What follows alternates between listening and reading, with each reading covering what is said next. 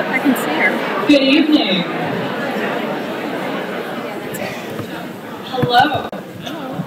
My name is Jocelyn, and I'm a librarian with Halifax Public Libraries. And I am so excited to welcome you all to the Central Library tonight for an author reading with one of the world's best loved authors, Alexander McCall Smith.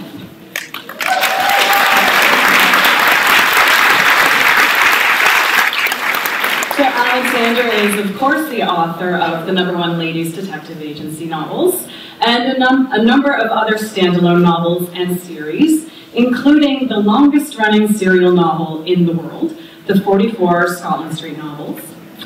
His works have been translated into more than 40 languages and have been bestsellers throughout the world. He also has an interesting, perhaps side career as a terrible musician, as a founding member of the Really Terrible Orchestra in his hometown of Edinburgh. And I read an interview that Alexander gave earlier this year, shortly before being presented with the prestigious Medal of Honor Award from the New York National Arts Club. And he was asked to explain what he thought the appeal of the #1 Ladies Detective Agency series was, especially to a North American audience. And his reply was, "The world can be a bit of a vale of tears at times, a very trying place. Mama Ramatswe is the very antithesis of that." And that certainly rings true for me, and I'm sure it does for most of you as well.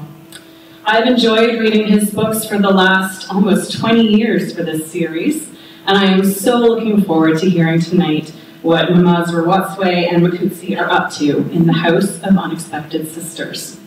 So won't you please join me in welcoming Alexander McCall Smith.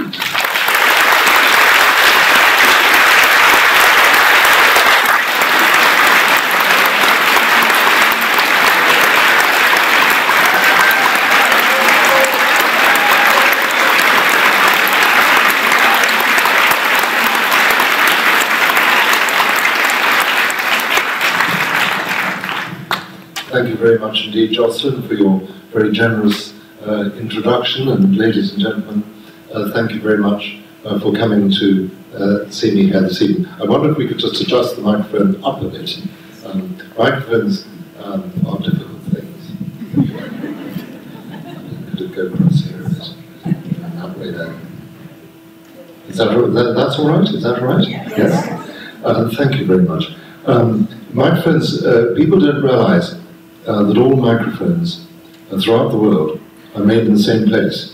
There's one factory that produces microphones, and at the end of this factory there's a long desk with a man with a hammer. And as the microphones go past, he gives a dump to each of the microphones, and so they therefore have their idiosyncratic characteristics, and they go wrong. I've never met a microphone that hasn't gone wrong. This evening I'm sure it won't. I'm sure this is a very good microphone. But I've had so many bad microphone experiences, including one classic experience I had some years ago when I was addressing the Edinburgh Hogmanay gathering, this big Hogmanay event in Edinburgh, and they had a literary one, and they had a big audience, about 500 people, and I was speaking to it with Willie Dalrymple, who writes these wonderful books about Indian history that I'm sure many of you will be familiar with. And Willie and I were in the green room at the back of the hall before the evening, and we were mic'd up with these lapel mics. And Willie said to me, "How old are your readers?"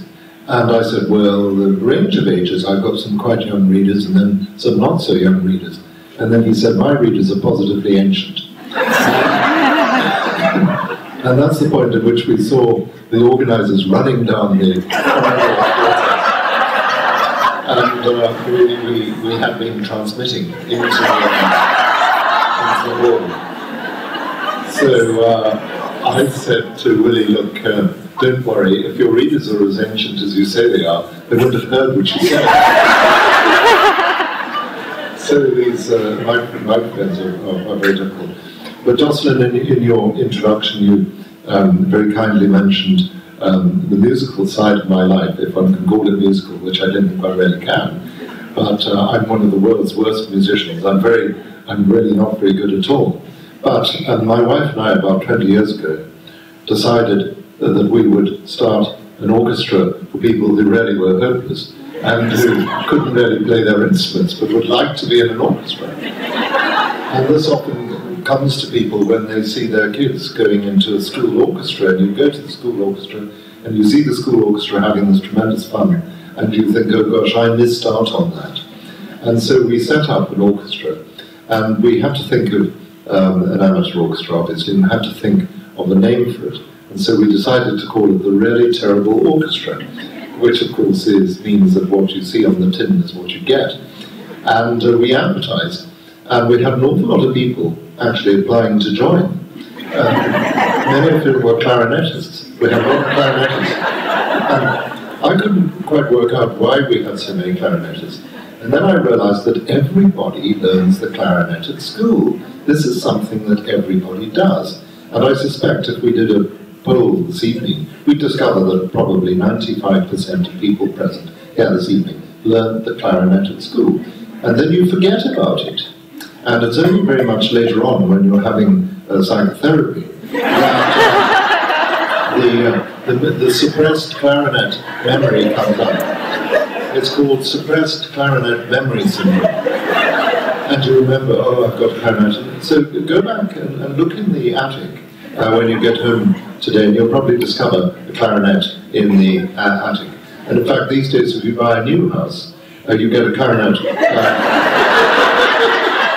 It's raining. It says three bedrooms, one CR. People think that's a closet. It isn't a clarinet.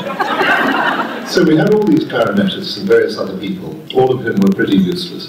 And they joined us. And we really had a wonderful time. And that was 20 years ago. We've been playing after our fashion for 20 years. And it really is, we sound cacophonous, but that hasn't discouraged us, because we've had tremendous fun doing it. And we've been on tour. We actually have been on tour. And you won't believe this, but we went to New York. And we went to and we played in the New York Town Hall. And it was full, or virtually full. And you know what a New York audience is like. They're so cool and jaded, they've seen it all before. They never clap at the end, they just sigh at the end of it. But we got a standing ovation. And they just absolutely loved the joke, because it was such a sort of opposite of the American philosophy of trying to succeed and trying to do well. There were people who knew they were bad, knew they weren't getting any better, and actually revelled in the fact of being awful. So, and then we went to the Netherlands, for some reason quite difficult to understand. The Netherlands government invited us to go and play in the Netherlands. And then this summer we went to Sweden, and we played in the principal concert hall in Stockholm. And the Swedes got the joke, they loved it. People really like to see a group of amateur musicians trying to reach the end at the same time. And in fact, we very rarely do that. In fact, there was one occasion when our conductor stopped us. So our conductor often has to stop us, he just says, and he stopped us because he said there was something really seriously wrong. And we discovered that one section of the orchestra was playing a totally different piece of music. They got their music mixed up.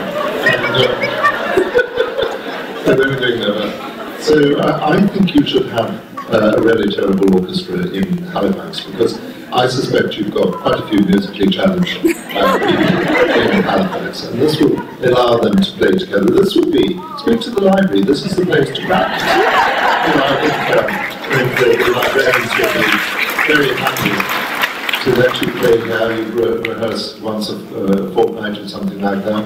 You need to get a professional conductor. That's really important, with a sense of humour. And you don't have to pay your professional conductor, because you can get one who's doing the community service. And so, if you speak to the local prosecution authority and say, when the next conductor's coming up in court, he can be given the chance of a prison sentence or conducting, and you'll find that they'll go for the conducting option. So that's something which you could consider. And it's great fun socially. We've had several marriages. We had a marriage in the trumpet section, and then we had viola married to cello. And that was, so we've also had babies that have resulted from this orchestra. So it's a wonderful, wonderful thing. Anyway, enough of that. What I'd like to do this evening is talk sort of fairly briefly. I've talked for 20-25 minutes or so. I'd probably use most of that getting to this point. And then after that, I'd be very delighted to answer any questions that you have, and indeed deal with any complaints, because people do like to complain about books. There's nothing that gives people greater pleasure than to complain to authors about their books, and in particular to discover mistakes. People absolutely, readers love that. And if you find a mistake in a book, you can write to the author, and it doesn't matter how long ago this mistake was made. You write and say, oh, on page such and such you said that, and then you said something else on the other page. And 10 or 15 years after publication, it's absolutely fine. And if the author has died, you can write to the executive and point out the mistakes. It's great fun. And so I have made mistakes in my books. I wasn't proposing to say much about them this evening. And I haven't made mistakes quite as egregiously bad as one American novelist who, on page 1 of his books, described one of his characters as unfortunately only having one arm, and on page 142, the same character claps his hands together. And that's an editorial problem. In my view, that's the editor's fault. That's not the author's fault, because editors shouldn't expect authors to have a sufficiently long concentration span to remember how many limbs their characters have. I blame the editor for that. Because you can make mistakes in books, but one thing you mustn't get wrong is the first sentence. That's really, really important. The first sentence is the vital bit, because in many cases that's the only sentence that the critics read. People don't realize that literary critics have this extraordinary honed ability to judge a book on the basis of the first sentence. And most reviews that you see in the newspapers are based just on the first sentence. It's an extraordinary talent they have. They can read the first sentence and then write 2,000 to 3,000 word review and always get it right. It's the most extraordinary thing. So you get your first sentence absolutely right. And we've all got favourite first sentences. My favourite first sentence is a sentence from Karen Dixon's Out of Africa, where she says right at the beginning of the book, I had a farm in Africa at the foot of the Ngong Hills. It's a wonderful sentence with that gorgeous resonance in the Ngong Hills, at the foot of the Ngong Hills. And that is, you may recall the movie that they did Out of Africa, where the camera pans across this gorgeous East African scenery, and Meryl Streep, who's playing Karen Dixon, says, I had a farm in Africa at the foot of the Ngong Hills. It's a lovely beginning to that. And it's a very moving memoir, that. I was in Kenya in January, and we went to Karen Dixon's house. There's a place called Karen, which is just outside Nairobi these days. Nairobi's rather sort of moved out to meet it.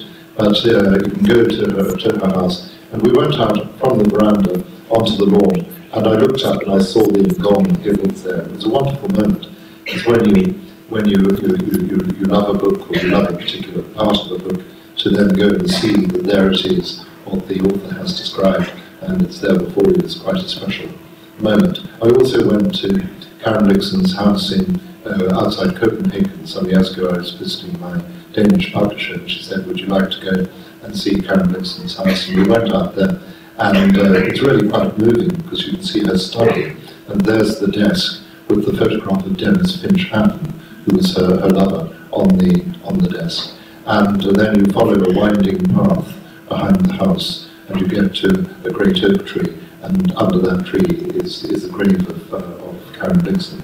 I found it very, very moving. And of course, she has that lovely first line. There's another first line which I love, which comes from Rose Macaulay's Towers of Trebizond, which is, a marvelous comic novel. Very few people read it these days, if any, but it's very, very funny. And her first line is an absolute classic. It goes as follows: "Hold my camel," said my Aunt Dot on her way back from High Mass. That's really good because there's something for everybody.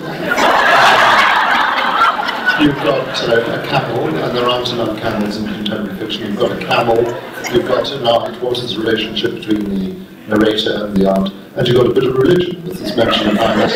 So it's a very, very good first line, but not to be beaten by, I think, one of the finest first lines ever, which is from a book called The Young Visitors by Daisy Ashford. And this book is a really wonderful little book. It's a novella, it's about 60, 70 pages, written by a 9.5-year-old girl in Edwardian times. Daisy Ashford sat down and read this wonderful, naive classic.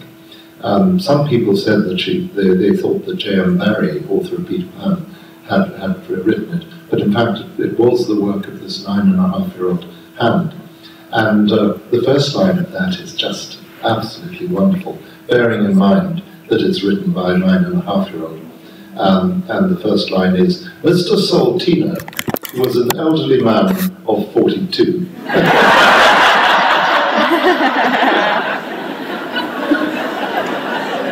And when you point that out to teenagers, they say, well, what's wrong with that?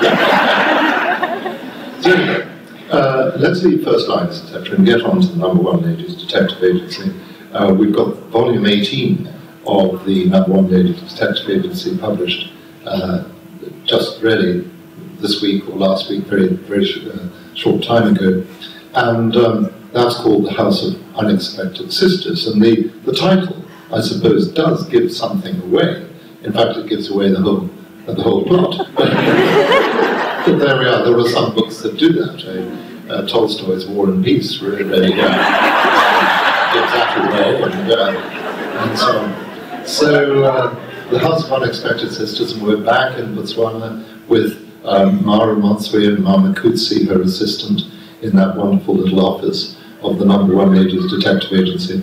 And there are various things that are happening. One of the things that is happening is that Mara Matswe is asked to deal with the case of unfair dismissal.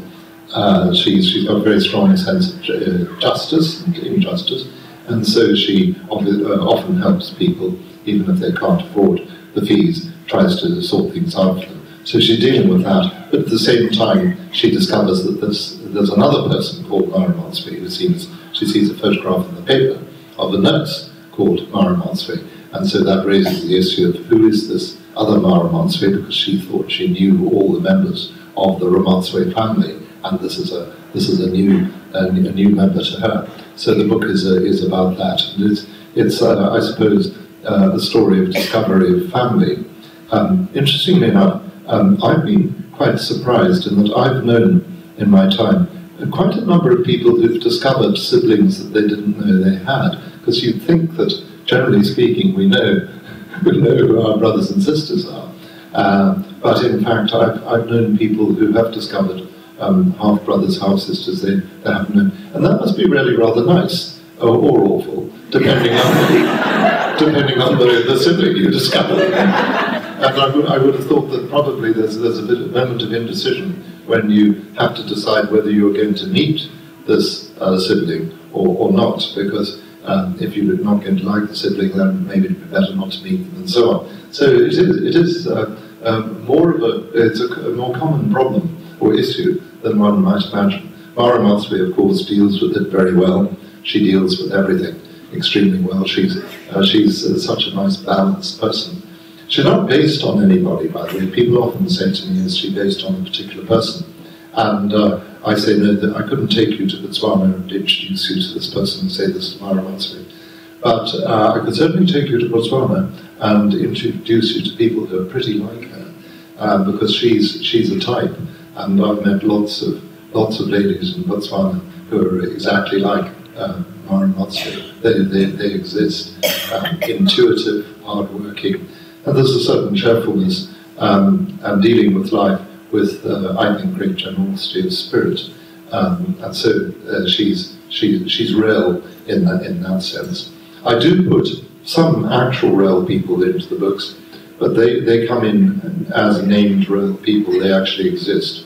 I don't base characters on people, because I think that could be unfair, because if a person feels that the character is based on them, they haven't really necessarily got much of a means of reply.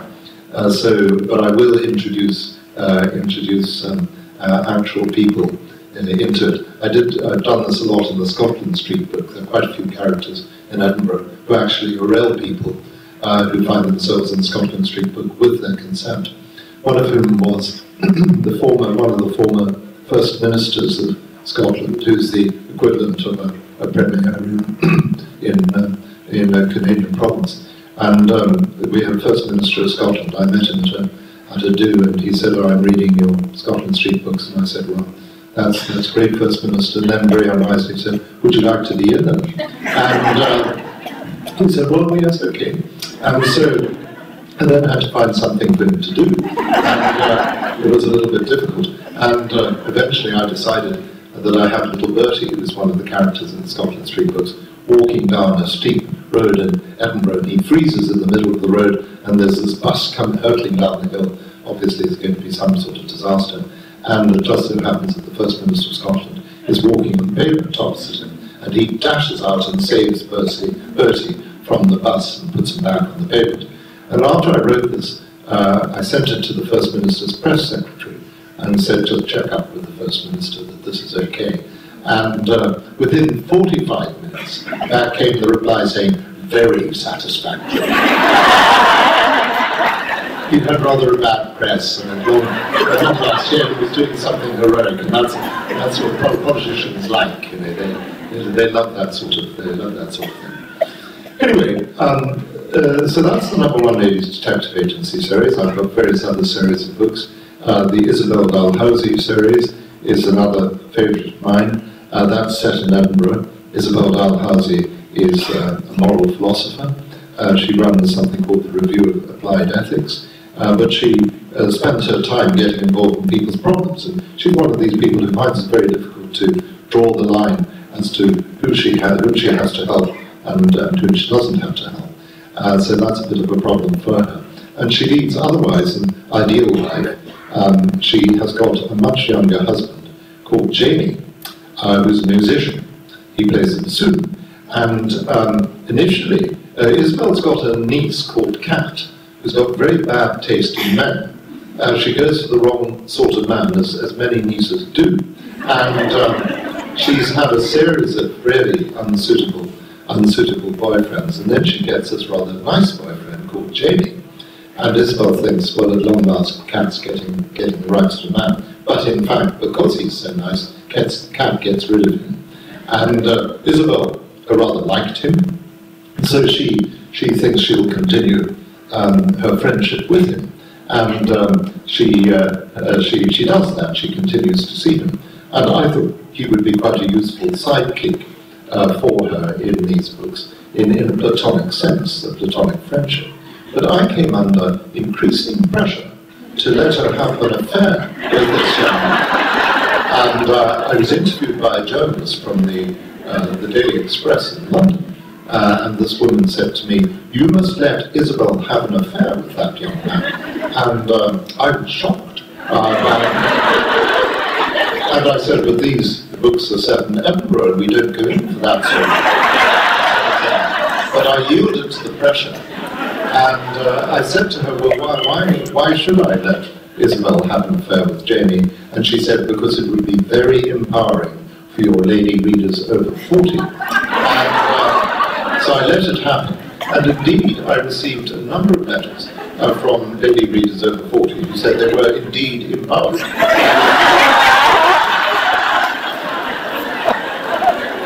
Then, of course, there's another one of my favourite series, the 44 Scotland Street series, which is a serial novel. I publish that chapter by chapter as I write it in the Scotsman newspaper, then it comes out as a book. And I love doing that, in particular because it's got one of my favourite characters in it, the favourite characters of my books. And that is a little boy called Bertie. And Bertie is 6 at the beginning of the series, which is 12 volumes ago, and he sits for 8 years. And eventually I give him the 7th birthday when everybody else is making progress, but Bertie still seems to be 6. And Bertie's problem is his mother. And that's a very common problem for little boys. If you ask them what their problem in life is, they look a bit shifty. Do you sort of scratch a bit, and you realise that mother's the problem. And particularly mother's too pushy. That's a very major issue. We have, in Edinburgh, where I live, a very, very serious problem of excessively pushy mothers. We've got the highest incidence of pushy mothers in Scotland, in Edinburgh. The Scottish government's aware of it, but haven't been able to propose anything. And it's a universal problem, actually, pushing mothers. In Canada, you've got a big problem with that in Canada. And you know where the epicenter of that is? It's West Vancouver. West Vancouver has the highest number of pushy mothers. It's got more pushy mothers in West Vancouver than all the prairie provinces put together. Extraordinary situation. And I was in West Vancouver a few years ago and talking about Sunday about pushy mothers, and this man said, oh yes, boy do we have a problem here in West Vancouver. And he gave me an example. He said he was in a coffee house, and this woman came in with her stroller with this 1.5-year-old son, a 1.5-year-old son, sitting in the stroller with his poor little arms hanging out like that. And she said, he gets so tired after his dance classes. So it is a big problem. And I develop a sense, when I go somewhere, I develop a sense for whether we're in pushing mother territory. I've just been in Toronto, and my pushing mother radar was quite active in the bit of Toronto I was staying in. I don't know what the situation in Nova Scotia is. I think you're probably more balanced about this, but you may have pockets of pushing mothers in particular places. You speak to the teachers, they're the ones who can tell you. They let you know whether you've got pushy mothers. And Bertie's mother, Irene, is seriously pushy. She makes Bertie, who's only 6 for most of us, makes Bertie go to yoga classes. He goes to yoga classes called Yoga for Tots, where some of the children are so small they can't even sit up and have to be pushed into the yoga by their pushy mothers. And then he has to go for saxophone lessons. He does a very good rendition of As Time Goes By from Casablanca, which in his case it doesn't. Then he goes to, he has Italian lessons with his mother. He has Italian conversazione lessons so he can appreciate Italian culture, and has to learn Italian, and then he has psychotherapy. So full of Bertie, all the time he just wants to be an ordinary little boy, doing all the things that ordinary little boys do. While he's, at the beginning of the books, he goes to an advanced kindergarten, doesn't go to an ordinary kindergarten, he goes to an advanced kindergarten. And while he's at his advanced kindergarten, his mother, Irene, goes to a floatarium, where she floats in a flotation chamber to de-stress. And Irene's in her flotation chamber one day, and her cell phone goes, and it's the principal of the advanced kindergarten, Miss Christabel McFadden, on the line. And Miss McFadden says, would you kindly come up to the advanced kindergarten? There has been an incident. And so Irene is a bit cross about this. She gets out of her flotation chamber and goes up to the advanced kindergarten to be greeted by a hatchet-faced Miss McFadden, who says, there has been an incident. One of the children has written graffiti on the toilet wall. And Irene bristles and says, well, why do you look at me? Why do you think it's my Bertie? And Miss McFadden says, oh, because he's the only one who can write.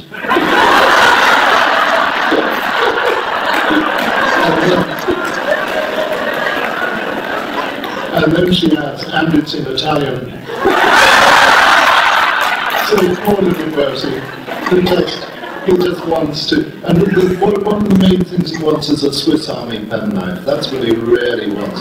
And when he has his 7th birthday, he gets two presents from his mother, from Irene, 2 boxes, and he opens the first of these with his heart in his mouth because he thinks it might be a Swiss Army penknife, but it isn't. It's a gender-neutral play figure. In other words, it's a doll. He's been given a doll.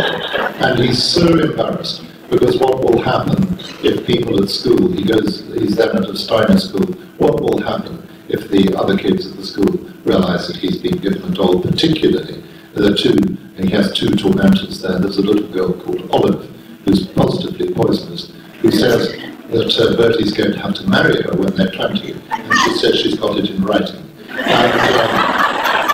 And then there's a boy called Tofu, who Tofu is the son of two very well-known Edinburgh vegans. But unfortunately, his mother has recently died of starvation. We get letters from vegans about that. They're perfectly healthy, they say. Anyway, so he doesn't want Tofu to care about that at all. And so he's very embarrassed getting this gender-neutral play figure. So he opens the other present, hoping again that it might be, if not Swiss Army penknife, it might be a training set or something other, but it isn't. It isn't. It's a junior UN peacekeeping kit. With little blue armbands and maps and classification meters. So he's really terribly upset. And every so often I give him a glimpse of freedom. I let him have a bit of freedom. I remove Irene from the scene for a while. There was one book in which Irene supports a charity which sends relief supplies to Romania, and so she goes off they all go off to say goodbye to the trucks that are taking the relief supplies off. There's a piper there playing "Will You Come Back Again?" And Bertie's there with his mum and his little brother Ulysses. And suddenly he realizes his mother's no longer there, and he doesn't know what's happened. And in fact, what has happened is that Irene had got into one of the trucks to inspect the relief supplies, and they closed the back. And they didn't hear her banging on the side until they reached Hungary. And, so Bertie has a bit of freedom there, which is rather nice. And then in another case, he persuades his mother to enter into a competition which offers 5 days holiday as the prize, because he thinks that will be a way of getting his mother off the scene for a while. And this is run by a place on the Persian Gulf, which is wanting to expand its tourist industry, and they want a new slogan. And so Irene wins with her slogan, which is "so much sand and so close at hand." And so she wins 5 days on the Persian Gulf.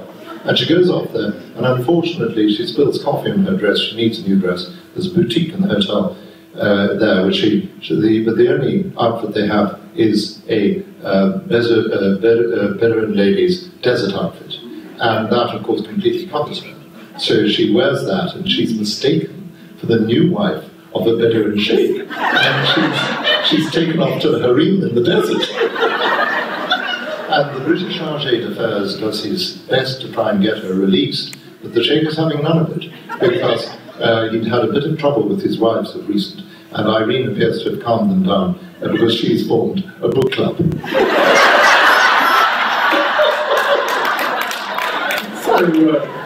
So that takes her up out of the scene for a while. And final thing, another occasion, he goes off with his father fishing one day. He goes to one of the lochs in the Pentland Hills just outside Edinburgh, and Bertie doesn't quite catch a fish, almost, but his life, he doesn't really seem destined to achieve great happiness, and so he doesn't quite catch a fish. But they go off, and a mist comes down, they get lost afterwards, and when they're trying to get back to the car, and he ends up in a farmhouse, and the farmer's wife says, "Oh, come away and I'll make you a cup of tea, and then I'll get my husband to run you back to the car." And Bertie suddenly realizes, in this house is a real 6-year-old boy, a boy leading a real boy's life. And this is a little boy called Andy.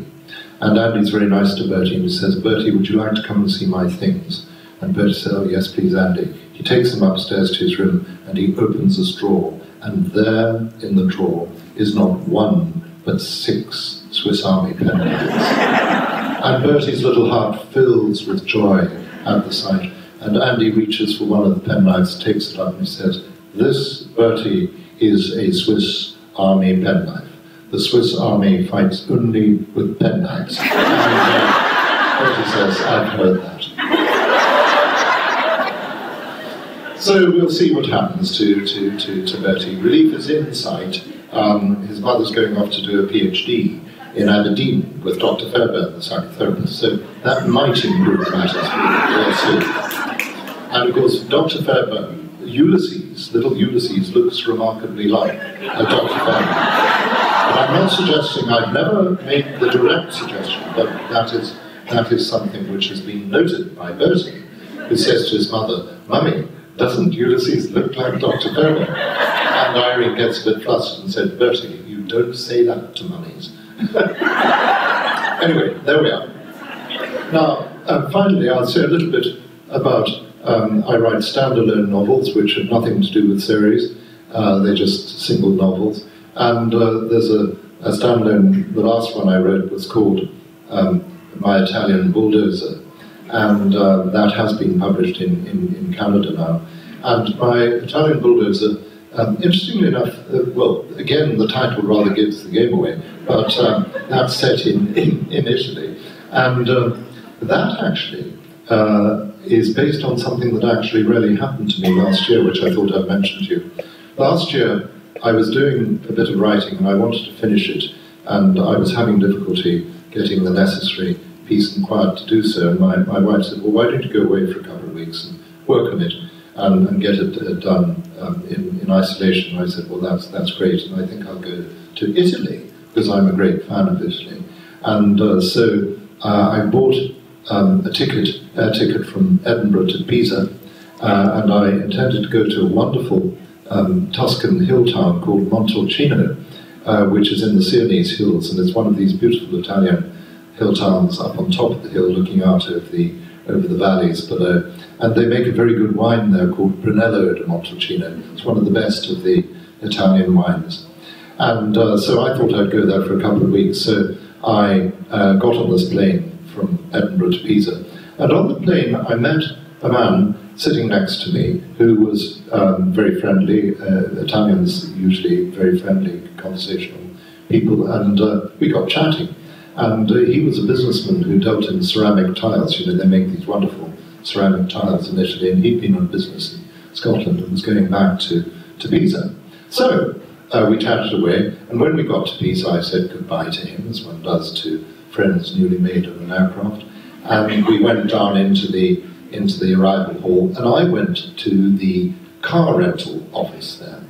And I gave my ID, and I said, I've reserved a car with you. The young man behind the desk took the ID and shook his head and said, no reservation. I said, oh, well, I did make a reservation. And fortunately, I printed out the email in which they had replied to me and say, we have reserved the following car for you. So I showed this to him, and he said, that is no longer valid. And so I was a bit taken aback by this. And I said, well, if you can't give me that car, give me another car. And he said, oh, I'm very sorry, this is a holiday weekend, all our cars are out. And so I was pretty flummoxed by that. And at that point, my new friend from the plane was walking past. He came over and said, anything wrong? And I explained what the situation was. He said, look, don't worry, I've got a friend who's got a vehicle rental business just a couple of miles from the airport. Come with me and he'll fix you up. And that's typical Italian friendliness. Everybody in Italy has got a friend who can sort out difficulties that you're in. So I went off with him to his friend, and we got a wonderful welcome, and he explained the situation, and his friend at this other vehicle rental place said, oh, I'm so sorry, this is a holiday weekend, and I'm afraid all our vehicles are out, and I've only got one vehicle left, and that is a bulldozer. And I said, I can't drive a bulldozer. And I showed him my license. It said, license to drive cars. And he said, no problem. In Italy, cars include bulldozers. So I was in a real bind, because these people were being so helpful. They really wanted to help me. It would be churlish on my part to say that. So I signed the agreement. And then, you know, when you hire a car, you go out and you walk around it. And so I went and I walked around it. the bulldozer, and then I got into the bulldozer, and he showed me with this lever. He said, push that forward, that makes you go forward, back is reverse, and then another lever there, don't touch that, that's the blade, don't touch that. And so I had this bulldozer, and I set off for Montalcino. It took me some time, but it was really rather nice, driving through the Italian countryside. On a bulldozer, you really raise time, you get a very good view of all the surrounding features. And of course, if there are any features you don't like, well, you're on a bulldozer. So I went, and eventually I reached Montalcino, and I went to the hotel where I'd reserved a room, which was called the Albergo Il Giglio, the Lily Inn. And I thought, I hope they've got my reservation. But I went in, they were fine. They said, oh yes, we've got your reservation here, you're in there, you can park your bulldozer around here.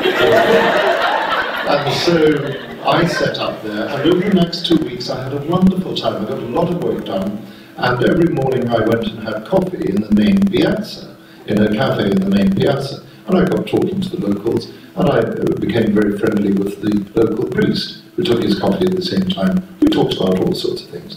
And then 2 days before I was due to go, the priest said to me, look, I've got a brother who's got a wine estate just outside Montalcino here, and he's asked you whether you'd like to come for lunch tomorrow. And I said, oh, well, that's great, thank you very much, I'd love that. And then the priest said, could we go on your bulldozer? Because his car was in the garage. And I said, well, yes, there's a spare seat. And so the next morning, the priest and I set off on the bulldozer. And we got to this wine estate, wonderful welcome from the brother, and he said, oh, come in and have just a simple Tuscan lunch. It was 8 courses, really very nice. And at the end of it he said, come outside and I'll show you the vineyard. So I went outside and he explained that Brunello di Montalcino has to be produced within a very strictly circumscribed zone of production. And if you're outside the zone of production, you have to sell your wine as a Rosso di Montalcino, for which you get a much lower price. So he was just outside the zone of production. And the boundary of the zone of production was a low stone wall which ran all the way around.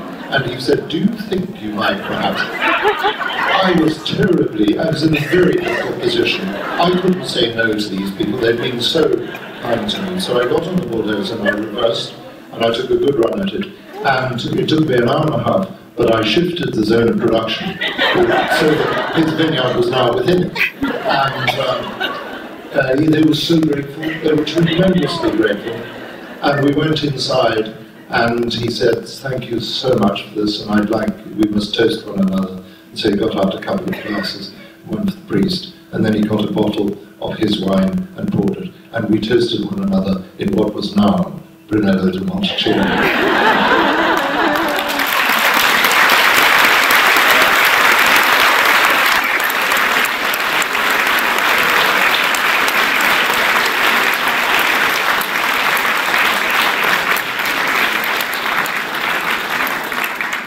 Was lovely. My cheeks actually hurt from laughing. And I have to tell you that I have a friend who works at the church down the street, and we have a lunch bunch choir that meets every week or so. And I mentioned the orchestra to her, and she seriously has been trying to get a very bad orchestra started where people can come and play instruments. So she will be inspired. So we are going to do a bit of a Q&A with Alexander, and afterwards we will ask everybody to stay seated for a few minutes, and we'll get him situated to sign some books, and then we'll have some staff who can help you queue up for the signing. And don't worry, he has promised that he will not leave this building until all of your books are signed. So no worries. So we've got a couple of staff people, I think, who are ready with mics who can run up to get your question, and if you just holler it out before they arrive, I can always repeat it so that we can all hear. All right, so does anybody have a question?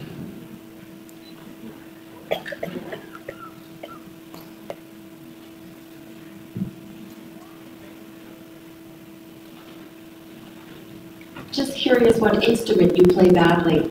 Well, thank you. I did start off playing the bassoon, and I moved to the contra bassoon. And then I started to play brass instruments, and I now play, in fact it's still woodwind, not brass, the sax is technically the woodwind kind. I play the baritone saxophone in the orchestra, and my wife plays the E-flat horn, very flat.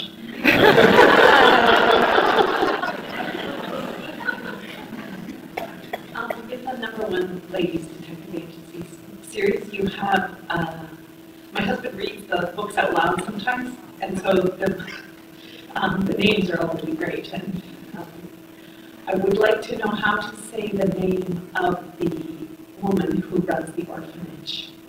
Oh yes, that's Ma Potaquani.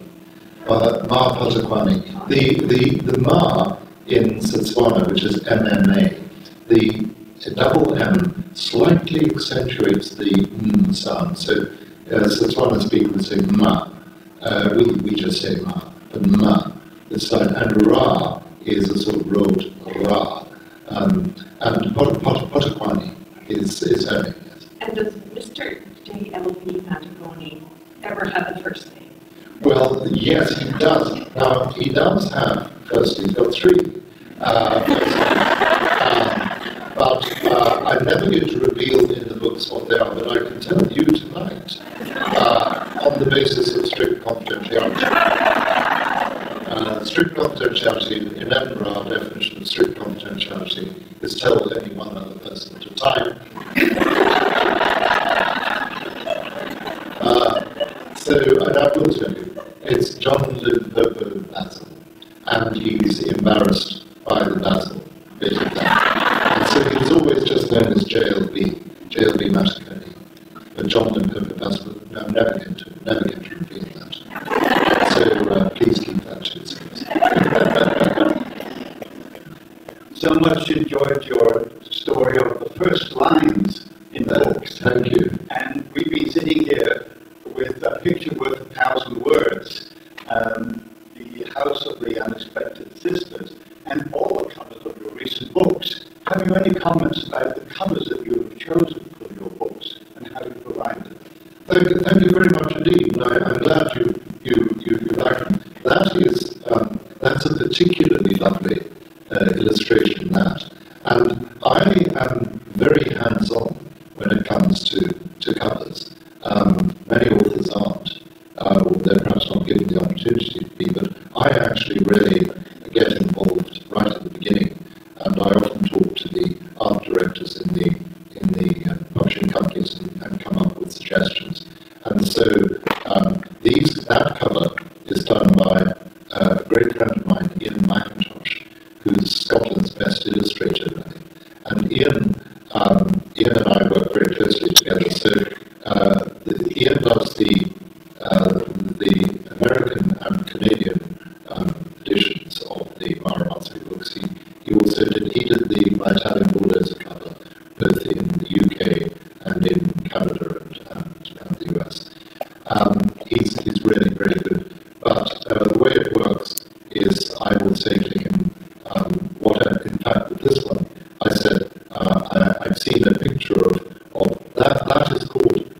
That's called a kraal in southern Africa. In East Africa, that would be little bonas, which is a sort of circular wooden fence within which the house and the animals may be kept. And I've seen a picture of that sorted thing in Botswana, and I thought, what a wonderful, it was a design of some sort. What a wonderful thing to have something like that. You'll put the cattle down the side because the cattle are so important in that society. And so Ian went off and he came up with that. And when I saw it, I just was blown away with that and said, that's just so gorgeous. Because it's got, I think the subliminal message in that is the security of the home. The security of the home and the farm and the animals. And outside that is the wider world. And that, I think, is probably what most of us yearn for in some sense. We want the security of place. We want the security, and we want encirclement in a sense by those whom we love and know. And the world beyond that can be a little bit intimidating. So that there's a wonderful psychological message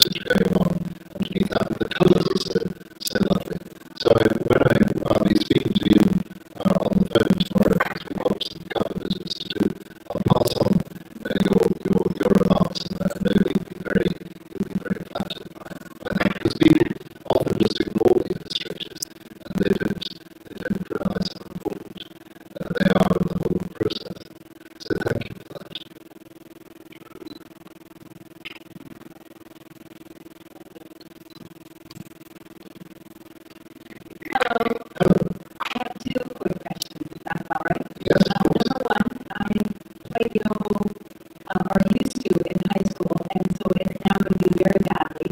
And when we come to Edinburgh, can we actually join in?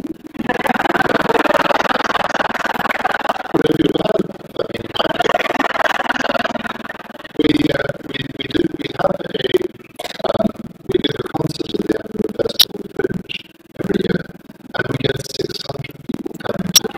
Some of them are actually not related to it. And very interesting seeing members of the public sitting there as they hear this, and they gradually the penny drops and they realize that we really are that. And what I would say is that it's difficult to actually just get occasional players, even as distinguished as yourself, into the concert. But if you set up the early terrible orchestra on Halifax, we will undoubtedly establish communication with the town. And we did have an occasion where we got 5 early terrible orchestras in the United States, and we had a weekend where many of them came over and played with us, which was great.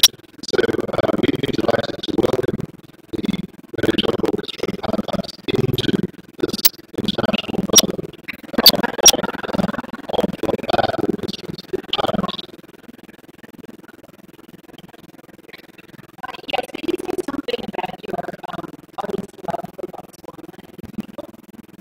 Yes, well, thank you. Yes, I first lived in Botswana back in 1981, actually, is when I did that. And I've been there a few times beforehand, and I was very taken by the country. It was quite extraordinary. There's an atmosphere there. I'm sure there'll be people with us this evening who know Botswana, and I hope that they might feel the same. That it's a country which has a very, very extraordinary quality to it. And you just know, when you're in Botswana, you feel you're in a good place. It's extraordinary. It just is a very fine country. And I remember being really, really struck by that, by the fact that this was a country in a very troubled region of southern Africa, that nonetheless was consistently democratic, where human rights were, by and large, observed. I mean, obviously every country has its little bad spots, but Botswana really has been a model state in Africa, and they're remarkable people. They're very courteous people. They're very polite people. They're quite restrained. They're not sort of loud and pushy people. They're quite restrained. But it really is a remarkable culture, and I was very, very taken with it. And that's really what prompted me to write about it. I had no idea when I sat down and wrote the first of these books that I was engaging in a very long literary conversation with the country and with the people. But that's what it developed into. And I make no apology for the fact that my portrayal of Botswana is a very positive one. I'm accused of not recognizing that there are other sides to it. But in fact, I think the problem is that external writers from outside who turn their gaze to sub-Saharan Africa, often just concentrate on things that are wrong, and concentrate on confrontation and various pathologies, social pathology, economic pathology, and so on. And so Africa gets, in a way, a very bad press right from the start. I'm not saying that there aren't things like that occurring and that these are major issues, but the other side of the coin is that these countries seem to me to be full of people who are leading good lives and leading them with dignity. And I was struck by that, and that's what I wanted really to convey in these books. So it's a country I love and admire. I have great admiration for Botswana and for what they've done. They've built the country themselves since independence in 1966. It was a British protectorate before that. When it got independence, it had something like 8 miles of tarred road and a couple of secondary schools, and that was it. It's just been a policy, I suppose one would say, of relatively benign neglect. And Botswana, they built the country themselves, and they're very proud of it. I remember I was in Botswana some years ago, and the BBC were making a film about the books, and they were filming a conversation that I was having with the man out at the orphan farm It's a children's home which I use as the basis for Ma Potagoni's orphan farm. And I was talking to this man, and I said to him, "Are you proud of your country?" Now, that's a sort of comment that we wouldn't, in our sort of society, wouldn't go and say to somebody, "Are you proud of your country?" It'd be a little bit naive question. But in Africa, it's perfectly okay. You can say, "Are you proud of your country?" And tears came to his eyes, and he said, "I'm very, very proud of my country. I'm very proud of this one." And everybody who was there watching this recognised that this was absolutely genuine on his part, and very moving for me.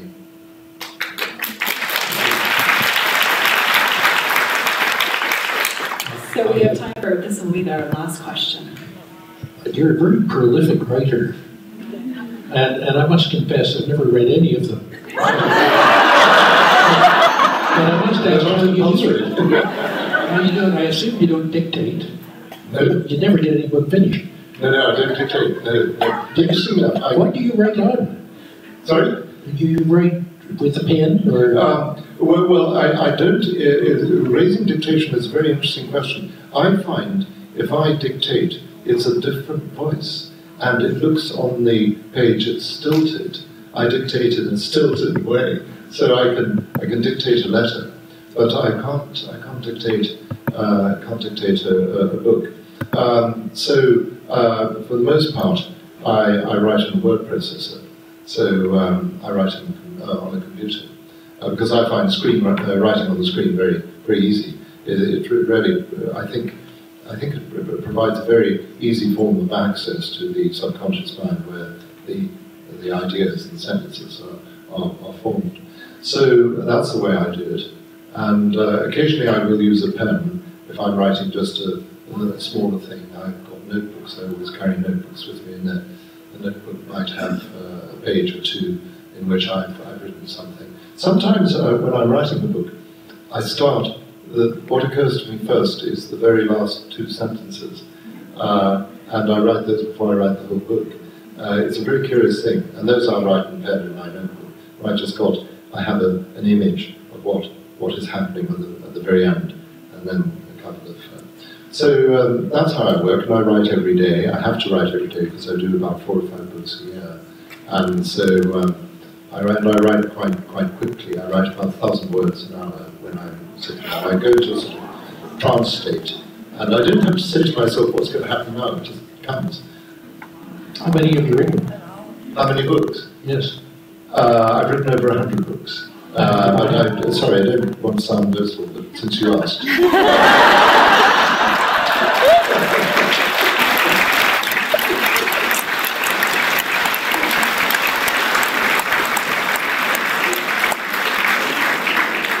So I just want to thank you again. I'm so glad that you've come back to Halifax, and we're very